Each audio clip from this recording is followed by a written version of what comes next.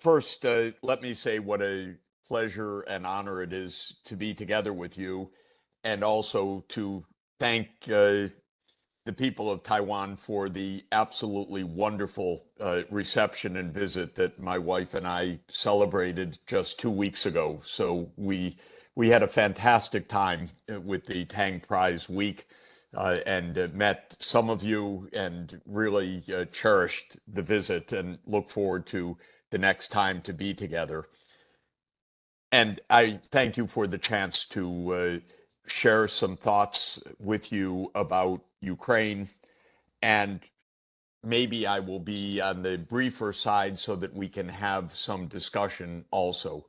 I'm following events closely in Ukraine, and I hope elsewhere in the world. It's a very troubling time. I'm very unhappy about U.S. foreign policy, as I said many times during the week of my visit, because I feel that it is dangerous and provocative and leading us in a very dangerous way. This war in Ukraine is a case in point. It is a war that is essentially a war between the United States and Russia. It's in which Ukraine is the battleground. It's a war of wills between two superpowers, where the United States wants to incorporate Ukraine fully into the U.S.-led military and economic system, especially NATO, but also other aspects of the U.S.-led system, and in which Russia is asserting that for reasons of fundamental national security as well as national interest, it will not let Ukraine be drawn into the U.S. military alliance.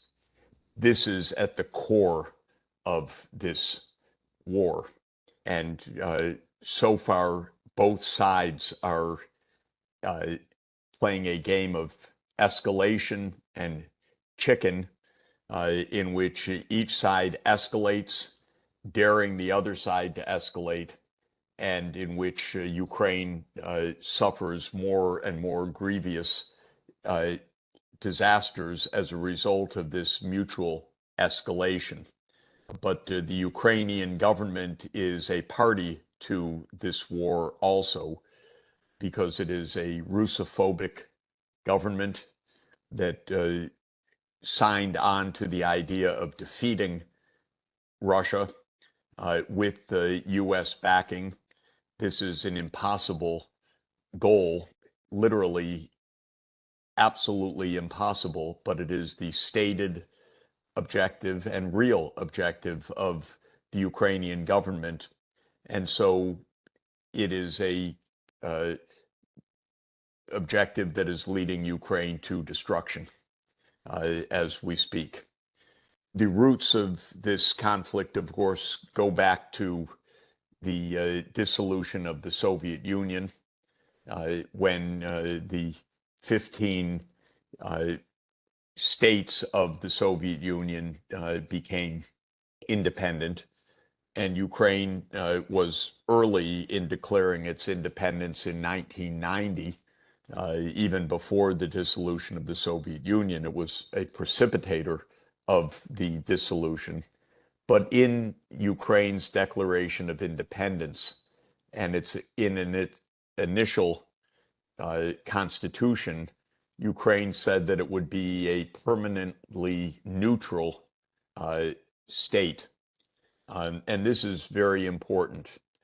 Ukraine is the borderland between West and East in Europe. It's a borderland culturally and a borderland politically.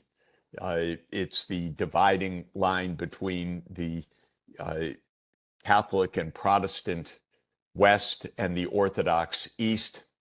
It is a dividing line between the Polish-speaking and Ukrainian-speaking West and the Russian-speaking East.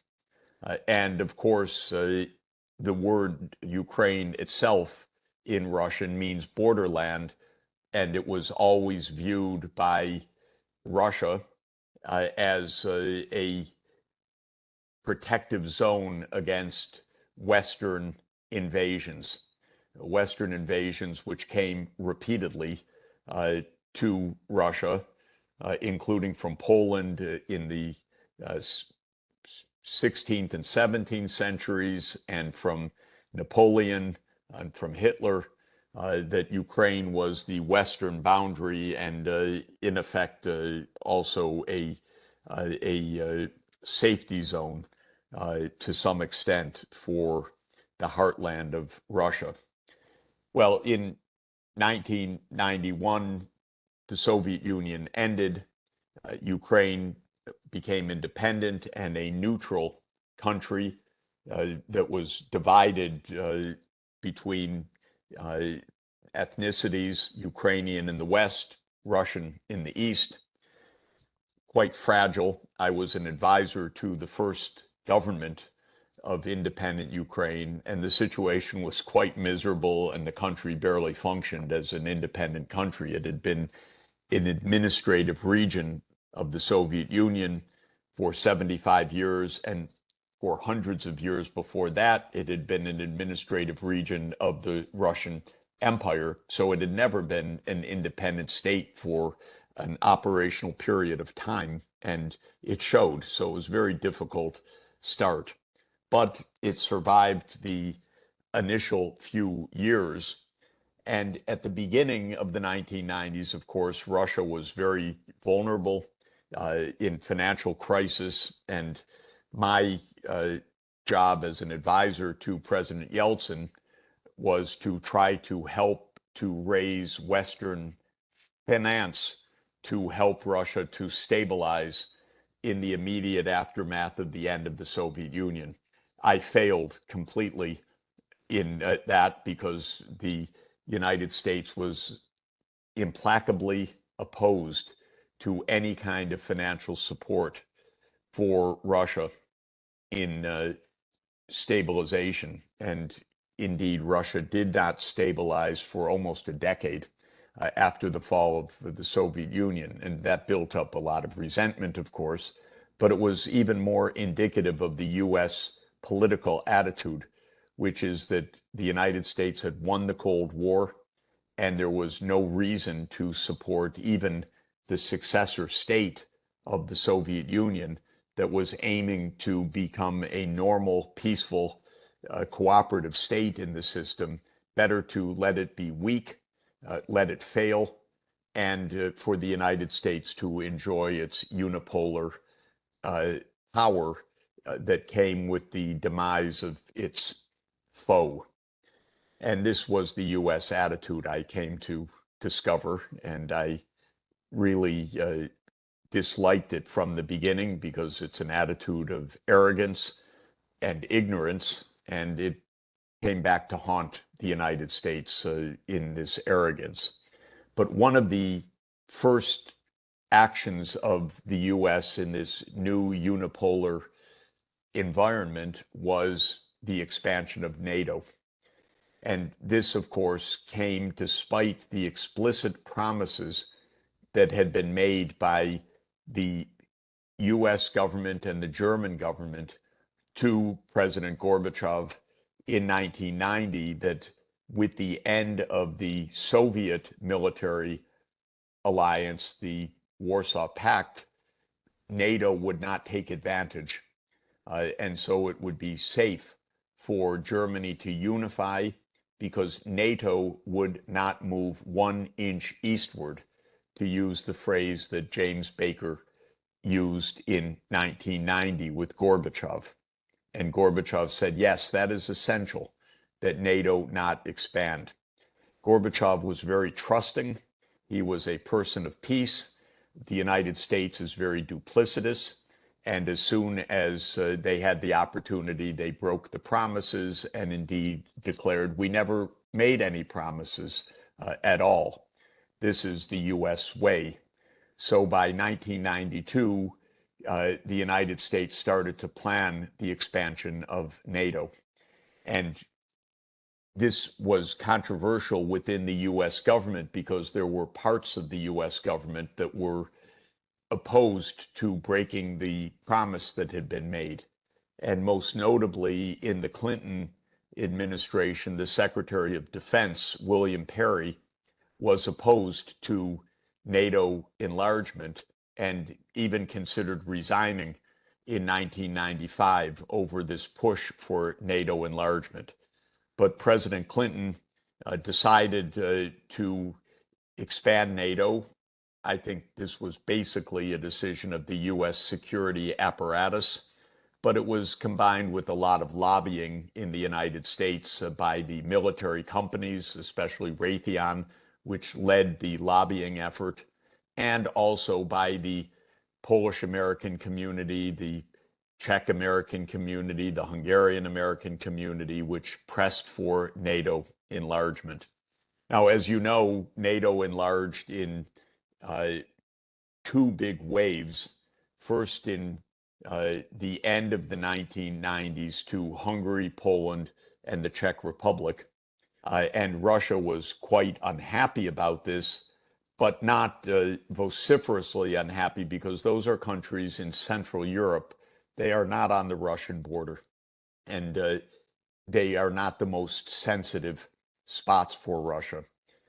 But in 1997, Zbigniew Brzezinski published the plan for NATO enlargement in Foreign Affairs magazine, when he laid out a timeline in which the first wave would be Poland, Hungary, and the Czech Republic, and the second wave would be the Baltic states and the littoral states of the Black Sea, Bulgaria and Romania, and the third wave would be Ukraine and Georgia. And according to Brzezinski, that third wave would come in 2005 to 2010. And the U.S. followed that timeline. In 2004, NATO expanded by 7 more countries: the 3 Baltic states, Romania, Bulgaria, Slovenia, and Slovakia.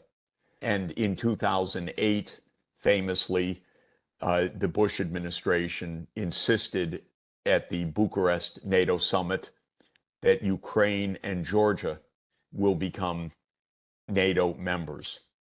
And Russia was very, very strongly saying, don't do that, saying this is our absolute red line. Putin made an important speech at the Munich Security Conference in 2007 when he said that this NATO enlargement needed to stop. And in 2008, he told George Bush in Bucharest that if U.S. goes ahead, it would mean war. And of course, the United States went ahead because the defining feature of U.S. foreign policy is that it cannot hear any other country's red line. To do so is defeatist, appeasement. And so the U.S. doesn't listen anymore to anybody. And that remains true until today, I'm afraid. So in 2010, President Viktor Yanukovych won the election and called for neutrality of Ukraine.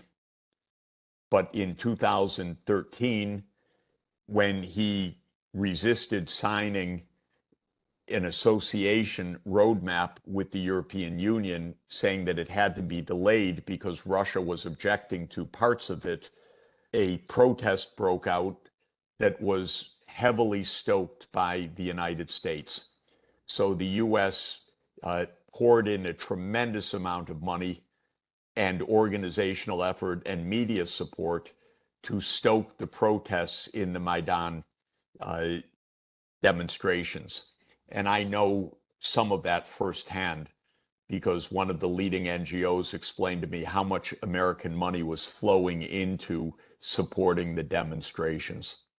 In January 2014, the U.S. Assistant Secretary of State, Victoria Nuland, spoke with the U.S. ambassador to Ukraine Jeffrey Piat on the phone, and the phone call was intercepted by the Russians and posted online, and it showed the two of them discussing who would be the post-Yanukovych government in Kiev. They were plotting regime change, basically, is the only way to put it. And their call was around January 27th, and the Yanukovych government fell on the 22nd of February, so about 3.5 weeks later. But the U.S. was planning for the overthrow of Yanukovych, which in the end came violently with the right-wing paramilitaries led by nationalist, anti-Russian Ukrainian paramilitary forces with the U.S. support. And Yanukovych fled, and the United States recognized the new government the first day, and Russia basically saw that this was the start of war. And within a few weeks, Russia had retaken Crimea in response, because Russia's naval base is in Sevastopol, of course, as it has been since the year 1783. So this goes back 240 years now as the site of Russia's naval base, and Russia was in no mood to let the United States take over Russia's naval base in the Black Sea. So the war broke out in February 2014, and the United States began to pour in armaments. And part of the Ukraine military, the Russian-speaking Eastern forces, mutinied and declared autonomy of the Russian eastern regions. And so a civil war broke out within Ukraine that really was a civil war. Putin was not the author of those breakaway forces. That was an internal civil war that began. And the United States supported the Western Ukraine government now in power in Kiev.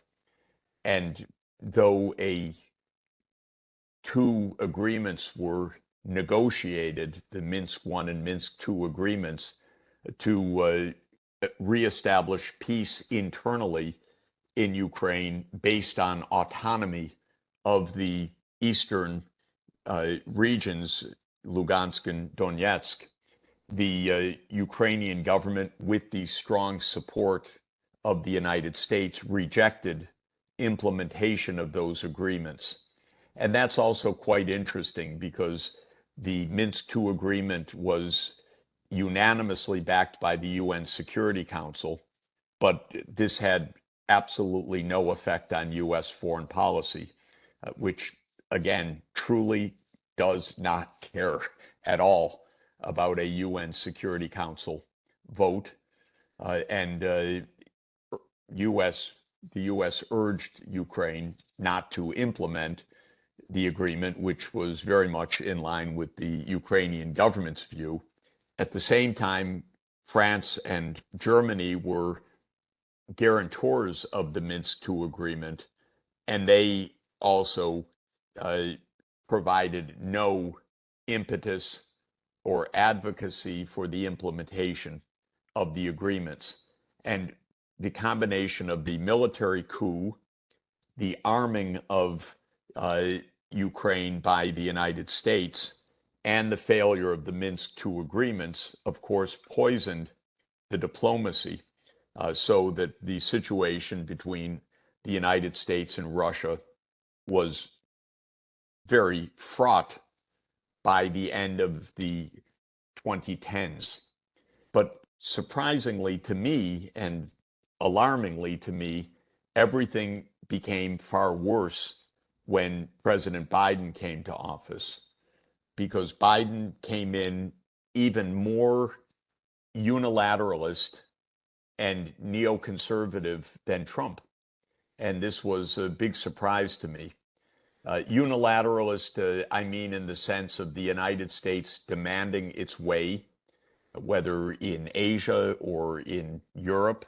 Of course, appealing to allies to support the U.S. as the leader and to get in line with the U.S. So unlike Trump, Biden appeals to allies for an alliance, but Biden was even more aggressive against China and against Russia than Trump. And this was a big surprise to me politically, actually. And I don't quite understand it because politically I've been a Democratic Party voter for decades. But now I find that the point of view that I have in foreign policy, which was an anti-war point of view and used to be a dominant or at least a major part of Democratic Party politics, even though the party was always divided between hawks and doves, now doesn't exist. The party is almost entirely hawkish in orientation. So when Biden came in, he took a very aggressive position that NATO will enlarge, that the U.S. will increase its funding for armaments in Ukraine, and that NATO enlargement is none of Russia's business. And this is quite important to understand.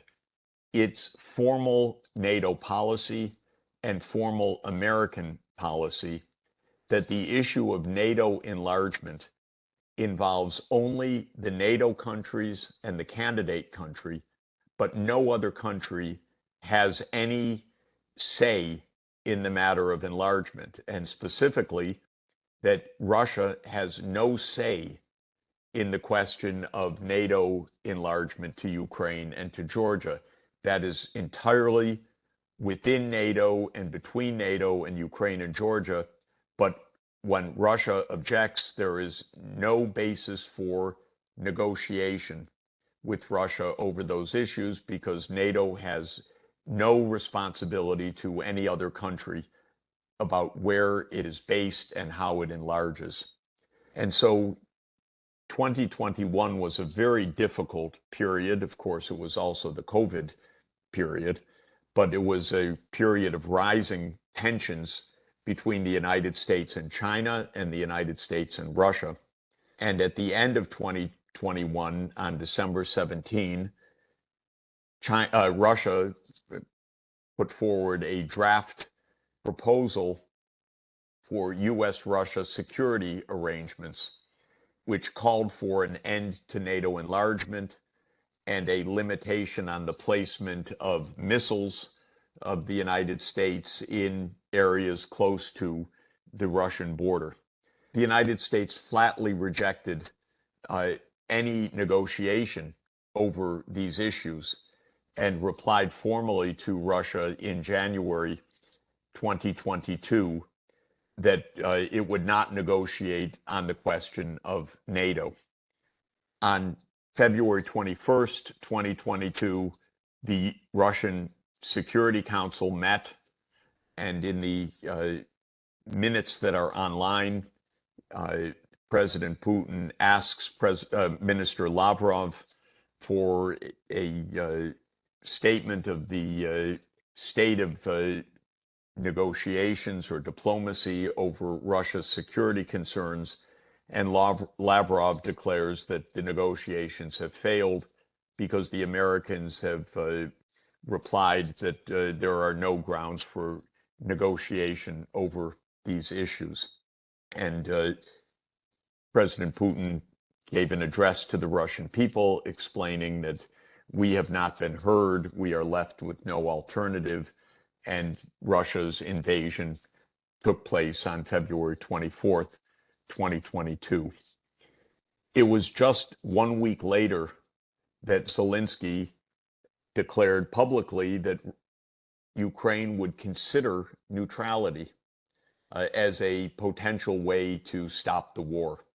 And quite interestingly, in early March 2022, negotiations began between Russia and Ukraine just about 2 weeks after the start of the special military operation.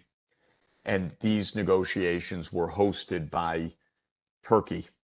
And they made good progress for a couple of weeks. And in fact, the two sides were coming close to an agreement based on Ukrainian neutrality and an end to the war. But the United States intervened and explained to Ukraine that it should fight instead of conceding neutrality, and that the U.S. would increase the arms shipments to Ukraine, including major weapon systems like the HIMARS, and that Ukraine would defeat Russia through a combination of the NATO weaponry and the Western sanctions. And so Ukraine told Turkey that it was suspending negotiations, and it declared publicly that there would be no negotiations until Ukraine had recaptured all of the territory taken by Russia, including Crimea. Now, the most basic point is Ukraine cannot achieve this militarily under any circumstances, in my opinion, because if it did achieve a military breakthrough against Russia, as unlikely as that is, Russia would escalate to the point of nuclear weapons. And this is the fundamental flaw in the military approach from the beginning. Russia views the conflict as an existential conflict. The United States views it as a nice conflict because, first, it doesn't involve U.S. Troops at all. Second, it weakens Russia. So the U.S. is quite comfortable with the conflict. As long as the Ukrainians want to fight, the U.S. will be happy to arm them. But for Russia, this is existential. And so the Ukrainian war aims are, in my opinion, tragic, completely unachievable, and doomed, therefore, to fail. But the United States is under no pressure to resolve that paradox or that conflict between stated goals and reality, because it's not American soldiers on the ground. It's only American weapon systems, and the U.S. is more than happy to provide them. And by U.S., I mean the security apparatus and the Congress. The American people are not very happy, but no one is asking them their opinion about this. So to just draw this to a conclusion, we are now a year and a half after the launch of the Russian invasion. We are 9 years after the start of the war, and there are still basically there is still a fundamental impasse in that the United States position is that NATO will enlarge to Ukraine, and Russia's position is it will never enlarge to Ukraine. And we have an ongoing war of attrition that every day claims around 1,000 Ukrainian deaths and massive destruction of Ukraine, and a political impasse because the U.S. Takes the view that any concession on these issues would make the U.S. look weak compared to China, would lead to the administration being attacked by the hawks inside the U.S. And so the U.S. position is continue to escalate and do not make any concessions on NATO issues. Russia's view is that Russia will fight a war of attrition and that it has sufficient friends in China, India, Brazil, Africa, that it is not isolated, and that it can carry on this war until Ukraine runs out of young men. And so Russia's feeling is that this is a war that could go on for a long time, and if necessary, would escalate. So day by day, we have this continuing disastrous war of attrition, and no uh, uh, no public voices in the United States, in the political circles, calling for any alternative at all. Well, that's not quite true. Trump is saying, I'll end the war in one day. And it could be true because Trump wouldn't care about NATO enlargement. Robert F. Kennedy Jr., who will be a real annoyance to Biden next year during the primary season, says this is an unnecessary war and we should negotiate. But in the Congress and in the administration, all voices publicly are, we will stand by Ukraine for as long as it takes to achieve Ukraine's objectives. The Ukrainians, at least by that I mean the current political leadership, is, of course, profoundly dug in. It is said that if Zelensky said that he wanted to negotiate, he'd probably be killed, and that is quite possible, or taken out. So the Ukrainians are not any source of negotiating breakthrough at all. And so this is the impasse. It's profoundly dangerous and illogical and destructive. And all of the logic says that we should end this through a absolutely basic and sensible agreement, in my view, which is the United States should say we never should have pushed for NATO enlargement. We should have let Ukraine be neutral and safer as a result. And if Russia will go home, we will stop arming Ukraine, and Ukraine will become neutral and receive its guarantees in other ways through a public treaty and the UN Security Council, and monitored withdrawals of troops on all sides and weaponry on all sides. And that's how it should end. But it could be a long time before that happens because of the political dynamics that I've described. So let me stop there. That's my view of the situation. Of course, you can see I'm rather profoundly unhappy with U.S. foreign policy, which I think knows how to make more trouble than it solves.